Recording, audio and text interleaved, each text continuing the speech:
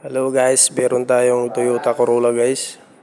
Ayan, tinanggal ko yung windshield rear viewer. Ayan, meron siyang crack. Para sa mga nagtitipid dyan.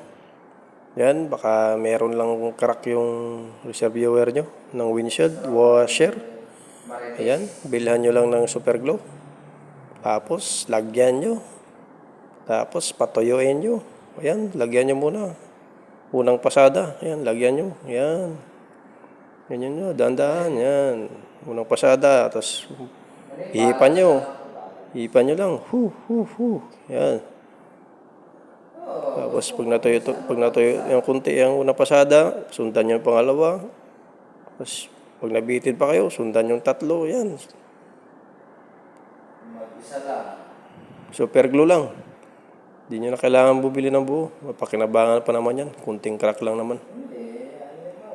Kasi sa bibili ka ng buo niyan, baka mas mahal pa yan. Magkano lang super glue. Yun lang guys.